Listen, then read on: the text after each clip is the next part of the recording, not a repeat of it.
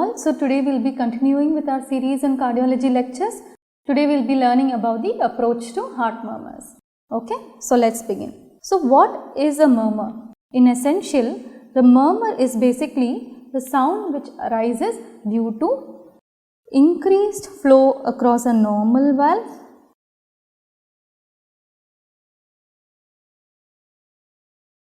or due to normal flow across an abnormal valve. It can be because of stenosis, it can be because of regurgitation, right? So there can be an increased flow across a normal valve or there can be a normal flow across an abnormal valve. So this is what results in a murmur. Okay. Now let us look at the auscultatory areas. Brush up on the auscultatory areas before going into the depth of understanding of murmurs. So the first area that we should be aware of is your mitral area. The mitral area is in the left fifth intercostal space, half an inch medial to the mid-clavicular line. This is what we call as the apex as well. So what do you hear for in the mitral area? You look for the apex beat and you look for any abnormalities of the mitral valve. Okay. So the next area is your tricuspid area. The tricuspid area is in your left parasternal area. In the left 4th to 5th intercostal space, just parasternally, just lateral to the sternum, you have the tricuspid area. So what do you look for here? You can look for tricuspid valve abnormalities. Apart from that, you can also auscultate for, so what do you look for here? You can auscultate for tricuspid valve abnormalities and you can also appreciate an RV heave. Now let us look at the pulmonary area. The left second intercostal space is what is referred to as the pulmonary area, which is on the left side, and the right second intercostal space is your aortic area. So in the pulmonary area you can appreciate for the P2, which is your pulmonary component of the second heart sound, and you can appreciate for pulmonary valve abnormalities, right? So in the right second intercostal space, which is your aortic area, you auscultate for the murmur of aortic stenosis. Then here you also have another area which is your left third intercostal space, which is also called as the neo-aortic area, where you hear the murmur of aortic regurgitation. Okay. So this is in brief about the different auscultatory areas. Fine. Now let us see how do you describe the characteristics of a murmur. So you describe the characteristics of a murmur based on these essential findings. So first thing that you have to see is the timing of the murmur. How do you time it? You time it with respect to the phase of the cardiac cycle. So you see whether this is a systolic murmur or a diastolic murmur. Does it happen in the early systole, mid systole, late, or does it happen in the early diastole or holosystolic or towards the late diastole? So that is about the timing of the murmur. Then you will have to grade the murmur. The grading of the murmur is given by what is called as the Levin's grading system. So according to this, grade 1 is very faint, grade 2 is soft, grade 3 is moderately loud, grade 4 is loud, very loud is grade 5 and the loudest is grade 6. So what is the difference between grade 5 and grade 6? Grade 5 murmur is a murmur that can be heard with the stethoscope just above the chest, right? And loudest is your grade 6 murmurs, which can be heard when the stethoscope is completely off the chest, and it can be heard with your normal ears as well. So that is your grade 6 murmur. Always remember that grade 4 to 6 are associated with a thrill. So what is a thrill? Thrill is nothing but a palpable murmur. So a palpable murmur is what we call as a thrill, and you never say that this is a grade 3 murmur I heard in this area and it's associated with a thrill, because no, grade 4, 5 and 6 are associated with a thrill. So if you are saying it's a grade 4 murmur, it automatically means that you can palpate a thrill. Now how do you palpate for a thrill? The thrill is palpated using your head of your metacarpals and the heave is palpated using your cocked up wrist. So heave is palpated here and the thrill is palpated here, and palpable heart sounds are palpated with your tips of your fingers. Okay. Then we have to describe the pitch of the murmur. We had already read that whether this is a high pitched or a low pitched murmur. The MDM murmurs are usually low pitched murmurs. Then you will have to describe the fourth point, which is your radiation or conduction of the murmur. So what is the difference between the radiation and conduction? Conduction basically means that the murmur is travelling through the structures which are in continuity with the cardiac structures. Structures which are in continuity with the cardiac structures. Okay. What is radiation of a murmur? So if the murmur is radiating, that means the murmur is moving to areas which are not in anatomical continuity with the cardiac structures. Okay, so let us just see this diagram. You know that the mitral regurgitation murmur radiates where? Radiates to the axilla. Do you say conduct? No, because the axilla is not a structure which is in continuation with the cardiac structures or in continuity. So this is what we call as radiation. But if you see that the AS murmur conducts to the carotids. Okay, so the AS murmur conducts to the carotids. So that's about the conduction and radiation. Then you will have to speak about the position of the patient and the which part of the stethoscope you are using. So the aortic and pulmonary areas are auscultated with the patient sitting, whereas the mitral and tricuspid areas are auscultated with the patient in supine position. Mitral area can also be auscultated in your left lateral position. Which part of the stethoscope that you use? For MDM murmurs, you use the bell of the stethoscope, and the other murmurs you use the diaphragm of the stethoscope. Fine. The sixth point that you have to describe when it comes to a murmur, you have to describe whether the murmur is best heard in inspiration or expiration. So the dictum that you have to remember is that right-sided murmurs increase with inspiration and left-sided murmurs decrease, or left-sided murmurs increase with expiration, or they are better heard during expiration. So right-sided murmurs are better heard during inspiration. The exception is your pulmonary ejection click.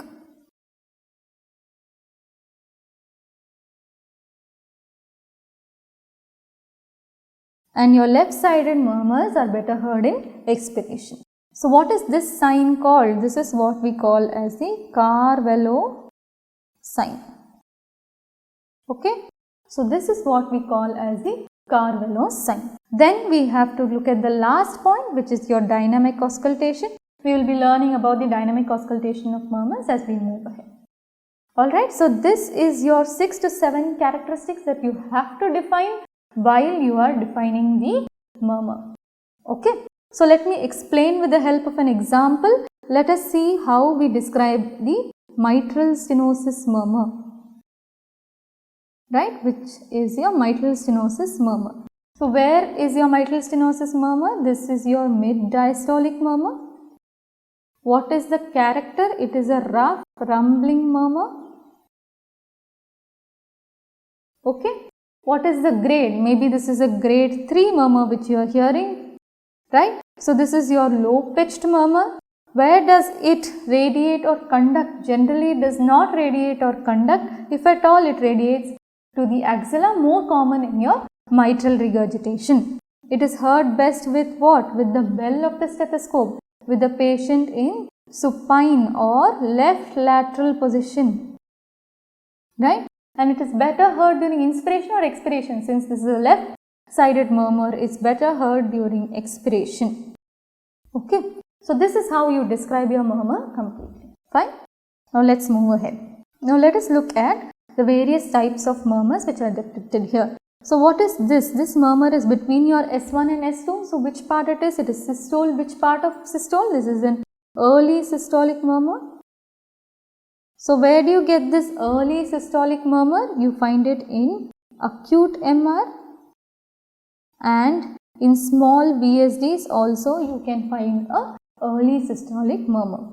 Now what is the shape of this murmur? You are seeing a diamond shaped murmur, right? So this is your diamond shaped murmur which is occurring where? This is your mid-systolic murmur.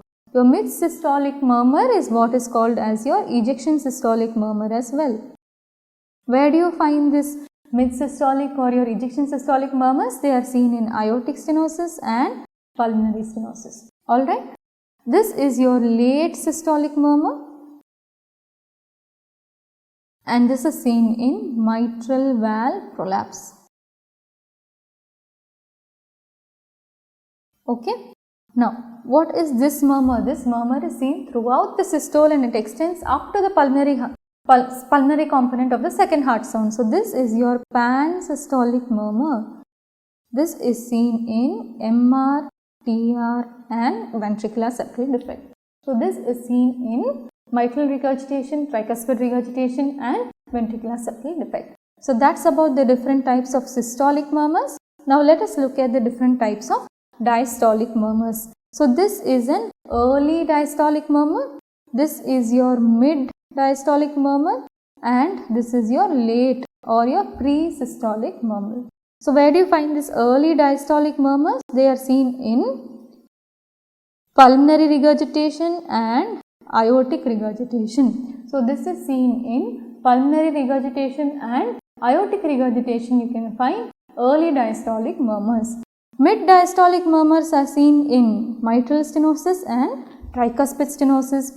Pre-systolic is seen in mitral stenosis. So, the diastolic murmur can have a pre-systolic accentuation, and if the pre-systolic accentuation is present, it increases with the severity, increase in the severity, and it is seen in mitral stenosis. Okay. So, this is about the various types of murmurs. Now, let us move on to dynamic auscultation. So, what is the meaning of this dynamic auscultation? So, what is the meaning of this dynamic auscultation? Dynamic auscultation basically means that you perform certain maneuvers or you administer certain medications which change the quality of the murmur. So, in the olden days, when they did not have an echocardiography to record the murmurs, they used to perform this to identify how each of the murmur changes. Okay. So, dynamic auscultation is something that is considered to be very difficult to understand, but if you just understand some basics about it, you can clearly understand the rest of the dynamic auscultation. The two things that you have to remember is that the conditions which or the maneuvers which affect the preload and afterload, and how each of these maneuvers are different in affecting the preload and afterload. So, let us look at this. Decrease in preload is caused by what? By standing, by Valsalva maneuver and administration of amyl nitrate. So, amyl nitrate is basically a vasodilator. So, this decreases both the preload and afterload, but preload basically refers to the resistance of filling of the heart, right? So, how much of fluid, so how much of blood is entering the heart and the pressure at which it is entering is what is referred to as the preload. Afterload basically refers to the pressure against which the heart is contracting. So, preload is reduced by standing Valsalva maneuver during the strain phase and by the vasodilator amyl nitrate. Preload is increased by squatting and by administration of pressors. So, let us understand, when you stand, what happens to the venous return of the heart? The venous return of the heart decreases. When you do a strain phase of Valsalva maneuver, what happens? There is a negative intrathoracic pressure and the venous return again reduces. So, any condition where there is a decrease in the venous return decreases the preload, and any condition which increases the venous return increases the preload. So when you squat, what happens? There is compression of the abdominal veins. So when there is compression of the abdominal veins, the afterload also increases and the amount of blood which goes back on the right side of the heart also increases. So preload also increases. So these are the maneuvers which affect the preload. Now let us look at the afterload. The afterload is decreased by the amyl nitrate. So afterload is nothing but the pressure against which the heart is pumping. Right. So amyl nitrate decreases the afterload because it is a vasodilator. When you do a passive leg raise, what happens? The blood flow increases, right? So when you do a passive leg raise or when you do a hand grip, the afterload increases. Okay, the afterload increases. So you just have to remember which maneuvers increase the preload and which maneuvers increase the afterload. Okay, fine. Now let us look at how each of these maneuvers affect our murmurs. Fine. So standing, what happens? Standing, all murmurs decrease. In standing, all murmurs decrease except your HOCM murmur and your mitral valve prolapse murmur. Okay. Similarly with Valsalva, all murmurs decrease except your HOCM and your MVP murmur. Why does that happen? We will be looking at. Okay, so whenever the preload decreases with standing and Valsalva, most of the murmurs decrease, exceptions being these two. Okay, so let us look at what happens when you do this standing and Valsalva in a HOCM and your mitral valve prolapse. Like I had told before, HOCM is nothing but idiopathic subaortic stenosis. So there is a stenosis below the level of the aortic valve, or there is a left ventricular outflow tract obstruction, right? So if there is a left ventricular outflow tract obstruction, don't you feel that any condition where there is a decrease in the LV cavity size, the murmur, any condition where there is a decrease in the LV cavity size, the obstruction will increase, right? So let us say that this is the LV and this is your aorta. There is an obstruction here. Now this is your normal LV cavity, right? So because it is a subaortic stenosis, if the LV cavity size decreases, the obstruction increases. If the obstruction increases, then the murmur increases. Okay. Let us look at this condition of mitral valve prolapse, right? Let us look at this condition of mitral valve prolapse. So what happens in mitral valve prolapse? There is prolapse of the mitral valve into the left atrium. Okay, there is prolapse of the mitral valve into the left atrium. When the mitral valve opens, it prolapses into the left atrium. Okay, so on standing, what happens is that this murmur moves towards the right. Okay, so this murmur moves towards the left. In other words, the murmur increases. Again, it's the same thing. In any condition where the LV cavity size drops, the obstruction increases or the prolapse increases and the murmur increases, right? So in conditions such as standing and Valsalva, what do we know? We know that the preload decreases. If the preload decreases, let us say that this is your RARV. Now the preload is reducing.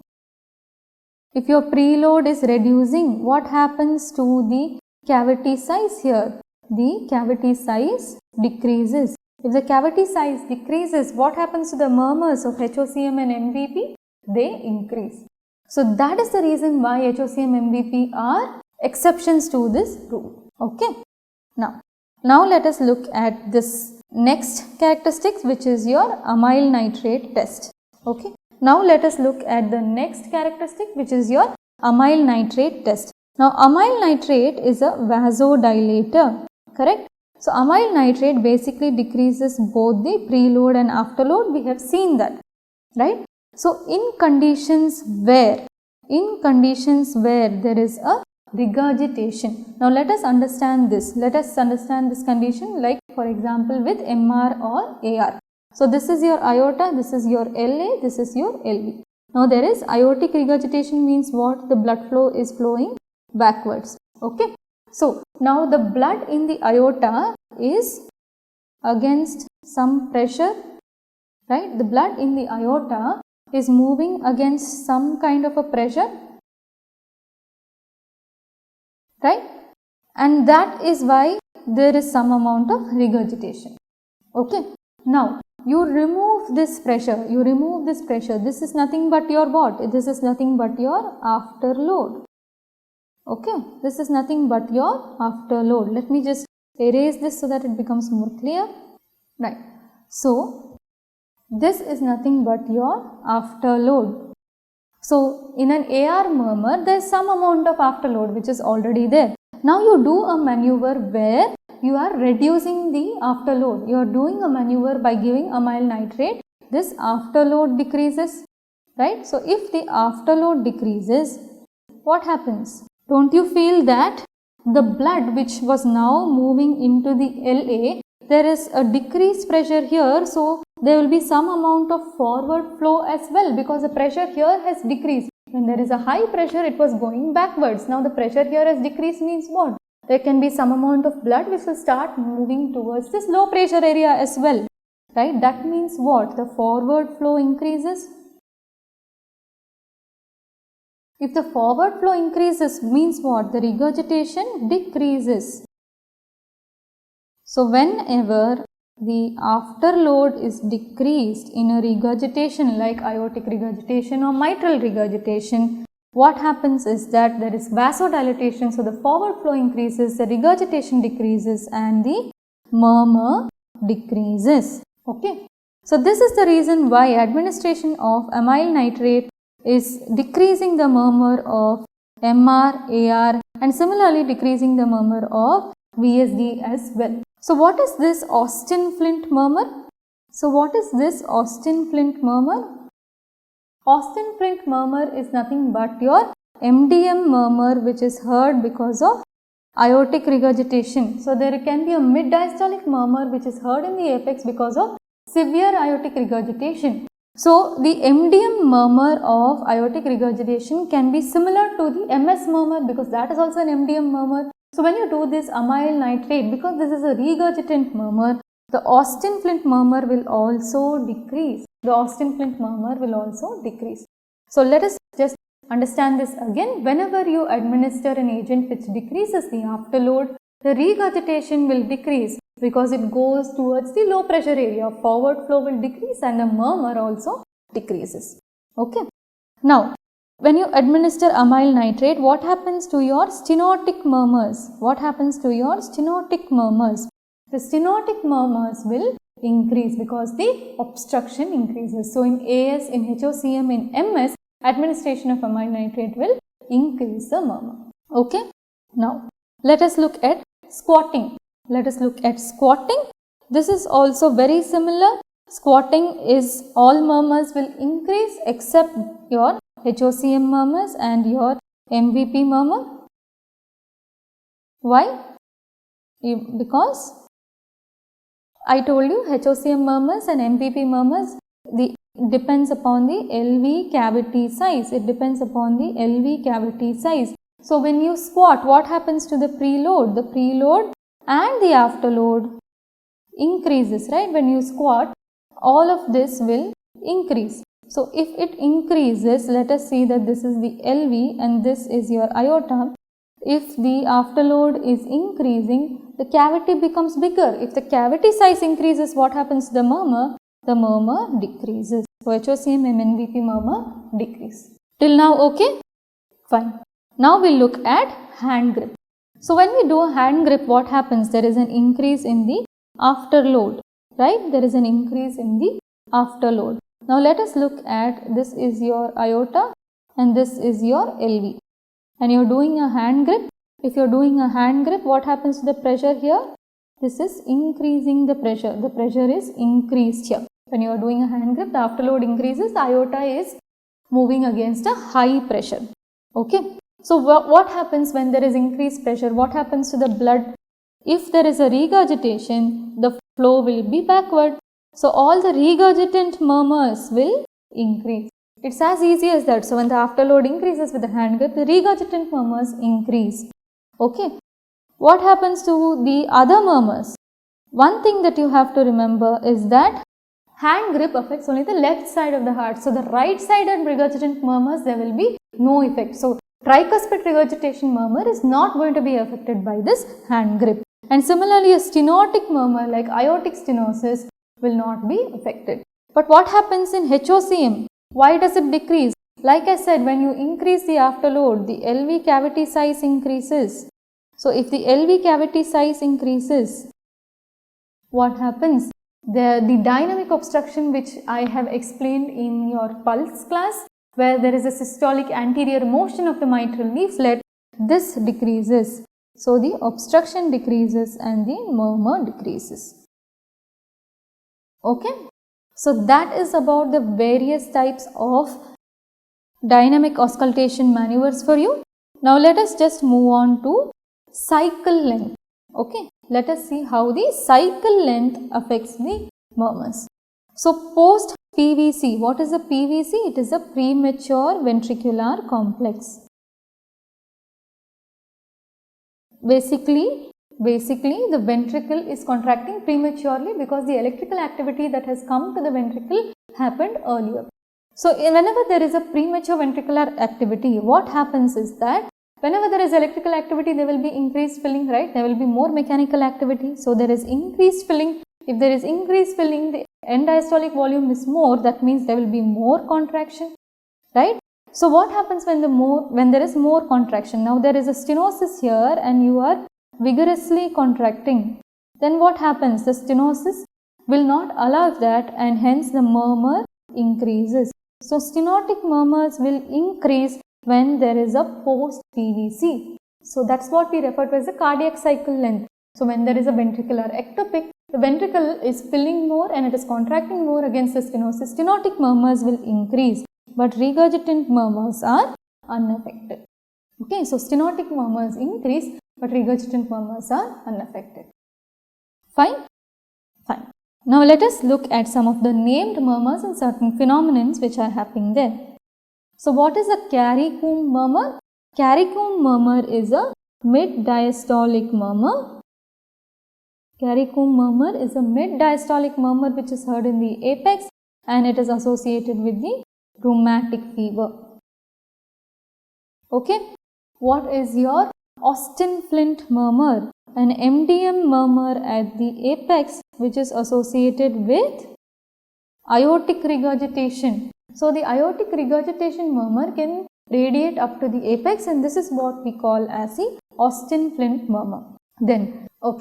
So what is the Graham-Steele murmur? Early diastolic murmur in the pulmonary area.